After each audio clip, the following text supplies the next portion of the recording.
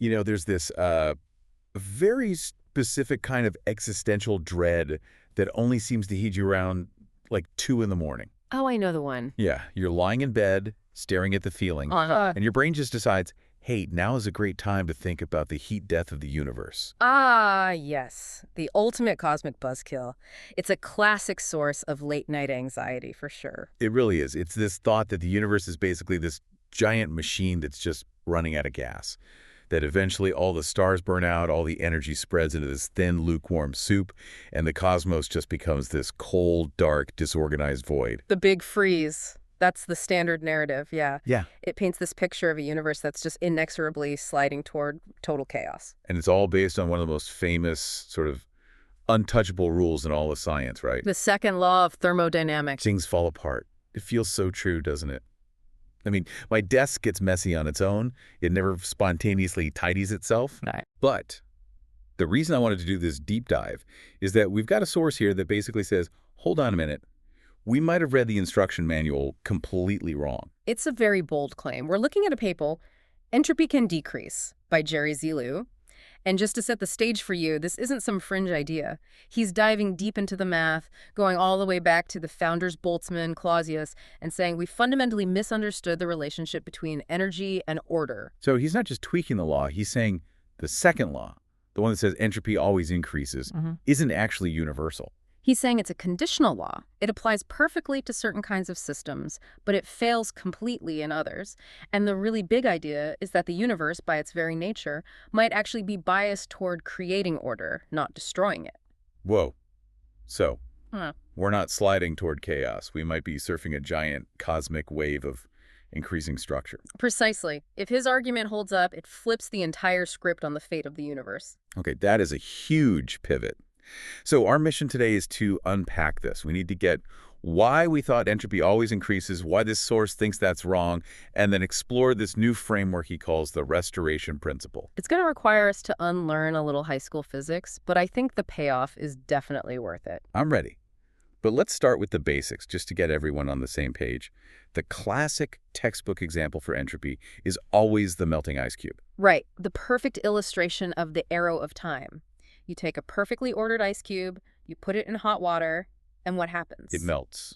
The structure just breaks down. Spontaneously. The heat flows from the water into the ice. The molecules that were locked in that neat crystal lattice start flying around randomly. Yeah. Disorder entropy has increased. And it's irreversible. That's the key. Yeah. You never see a glass of lukewarm water just decide to freeze itself back into a perfect ice cube. That would look like magic. That would be entropy decreasing. And because we never see that happen in our kitchens, physicists concluded that all systems must evolve toward maximum disorder.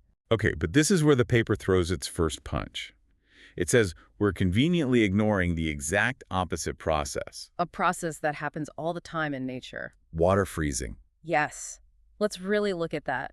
When you take liquid water and the temperature drops, what do the molecules do? They slow down. They stop bouncing around so much. They lock into place. They form a hexagonal crystal lattice. Which is an incredibly ordered structure. Extremely ordered. So the system has gone from high disorder, a liquid, to high order, a solid. The statistical entropy of the water itself has gone down.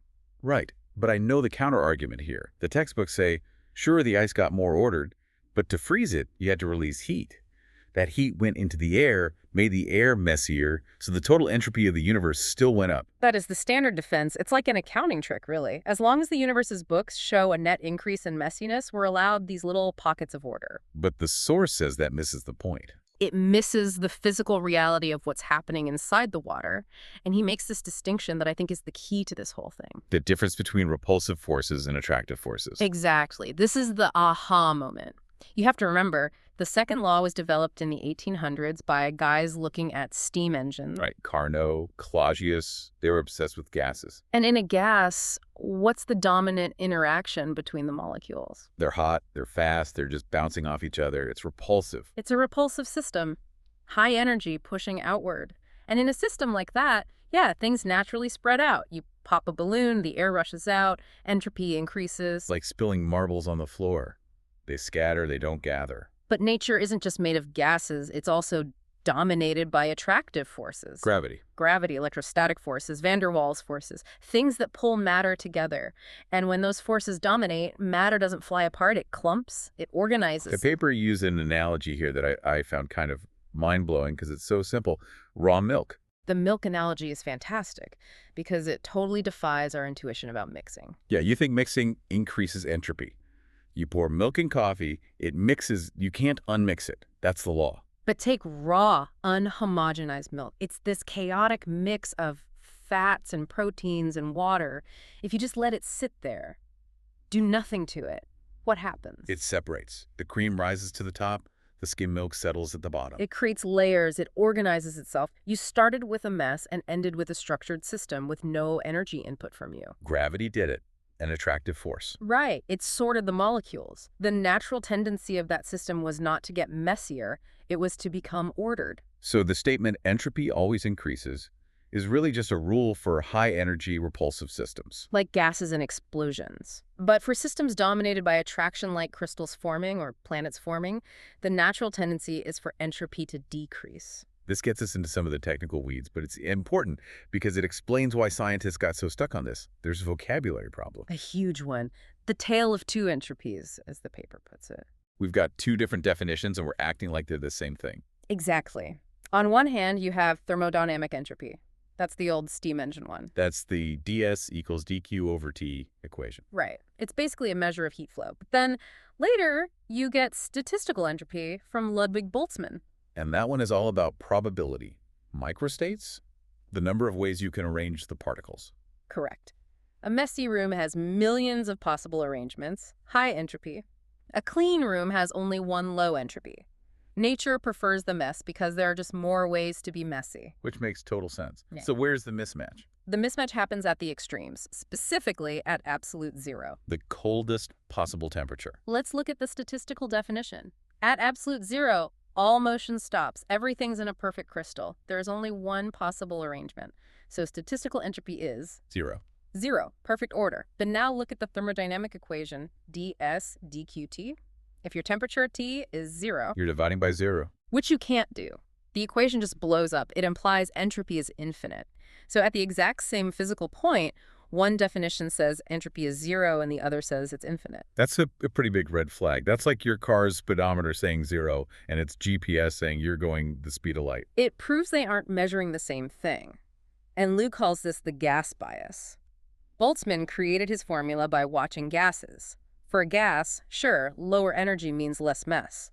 But for water... If you lower the energy of water, it gets more organized. It becomes a crystal. Exactly. The rulebook for gases doesn't work for attractive systems. And we've been using that gas rulebook to try and explain the whole universe. Which brings us to the cosmic scale. Because if the second law was really universal, the universe today should look very, very different. Right. It's been 13.8 billion years. That's a lot of time for things to fall apart. By now, shouldn't the universe just be a thin, blurry fog of gas? It should be totally uniform, no structure. But you look at the James Webb Telescope images, and what do you see? You see galaxies, clusters of galaxies, solar systems, unbelievable complexity. We see a universe that is way more structured now than it was at the beginning. The early universe was a smooth soup of particles. Today we have planets and people. And gravity is the hero of the story again. Gravity is the ultimate organizer. It's an attractive force on a massive scale. It takes those diffuse, high-entropy gas clouds, and it pulls them together. It reduces the number of possible arrangements, the microstates. Yes. It forces matter into stars and galaxies. It creates order. This isn't an accident. It's what gravity does. It's an entropy-reducing force. The paper had this one example that just felt like a total checkmate. The black hole. Ah, yeah, the black hole scenario. It's the strongest case against the standard view. So thermodynamics says heat always flows from hot to cold, right? Always. High concentration to low. But a black hole, its accretion disk is millions of degrees, super hot, and the space around it. It's near absolute zero. Deeply cold. So heat should be flowing out of the black hole. But gravity is so strong. It pulls everything in. It's pulling cold matter and radiation from empty space into the hot black hole. So it's forcing energy to flow the wrong way, from cold to hot. It completely violates the second law's assumption about heat flow. Gravity is overriding the thermal gradient. It is actively concentrating energy and decreasing the entropy of that matter. That is just wild. It's like a cosmic vacuum cleaner that sucks up chaos. So if gravity is running the show on the large scale, then the universe is naturally evolving towards structure. The whole heat death idea just ignores the fact that gravity is always, always pulling things together. Okay, so if the second law is, at best, incomplete, we need a new rule. The paper proposes this replacement framework, the restoration principle. Right. Liu argues the second law is too limited. It only describes things flowing one way.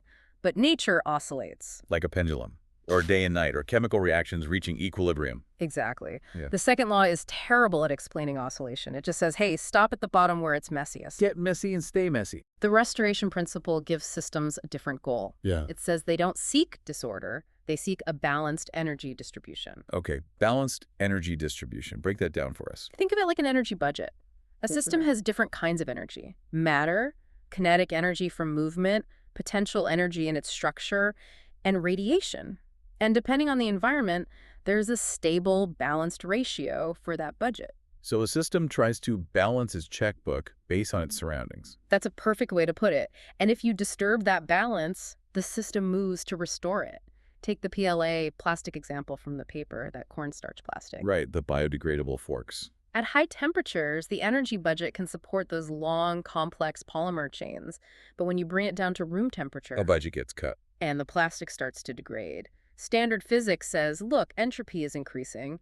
But the restoration principle says, no, the system is shedding structure it can no longer afford to maintain. It's trying to find a new, stable balance. It's downsizing because it can't afford the mansion anymore. Perfect. But now apply that to water freezing. You lower the temperature.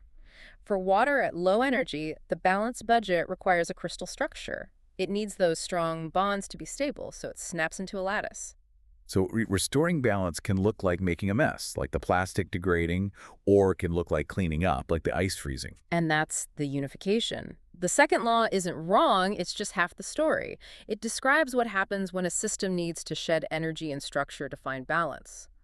But when a system needs to consolidate energy under gravity or in crystallization, it reduces entropy to find its balance. That is surprisingly comforting. It makes the universe feel less like a machine that's just breaking down. It's a much more dynamic view. It suggests that order and structure aren't flukes, they're the inevitable result of attractive forces seeking balance. Which brings us to the biggest implication of all. Us. Life. Right. This is where it gets pretty philosophical. I mean, the old view makes biology feel like it's in a constant war with physics. Physics wants us to decay, and we're just frantically eating and breathing to hold ourselves together. The fighting entropy mindset. It frames life as this bizarre anomaly. But if Liu is right, Then building structure is just as natural as destroying it. A star forming is gravity creating order. A planet forming is more order. Chemistry, becoming biology, is just matter finding an even more complex, stable energy balance. so we aren't swimming upstream against the current of the universe. We're going with the flow. We are a manifestation of the universe's tendency to organize. The source even points out that matter itself, thanks to Imsiot, is just condensed energy. Energy frozen into solid form. So the creation of matter from the raw energy of the Big Bang was the first great act of entropy reduction. The universe took chaotic radiation and locked it into stable particles. Then atoms, then stars, then us. So the arrow of time isn't pointing toward heat death. It's pointing toward complexity. Towards structure, it seems. And that reframes everything. It means when you build something, a house, a relationship, knowledge, you aren't fighting the universe. You're participating in its most fundamental drive. I love that. It takes all the doom out of thermodynamics. Suddenly cleaning my room feels like a cosmic duty. You're just being an agent of attractive forces. Before we wrap, there's one final thought from the source I want to leave everyone with. It's about intelligence. Go on. So, if the universe naturally evolves towards structure, and if intelligence, our consciousness, our brains, is just the most complex form of structure we know of. Then intelligence might not be an accident. Exactly. If the universe is fundamentally biased toward creating order, does that mean the emergence of life and, consciousness was inevitable? Are we just the universe's way of balancing its own energy equation at the highest level? That is the profound question, isn't it? If the default setting for attractive systems is create structure, then consciousness could be the ultimate expression of that. We're not just observers looking in, we are the cutting edge of cosmic organization. It really changes how you look up at the stars. They're not dying lights, they're building And blocks. so are we. Something to think about the next time you see cream separating. Maybe not in your coffee, though. Yeah, that's probably a health code violation. Let's stick to the castorized stuff. But definitely look at the ice cubes in your freezer with a little more respect. They're tiny monuments to order. They are indeed. That's it for this deep dive into Entropy Can Decrease. We hope this restored a little bit of your balance today. Stay curious. See you next time.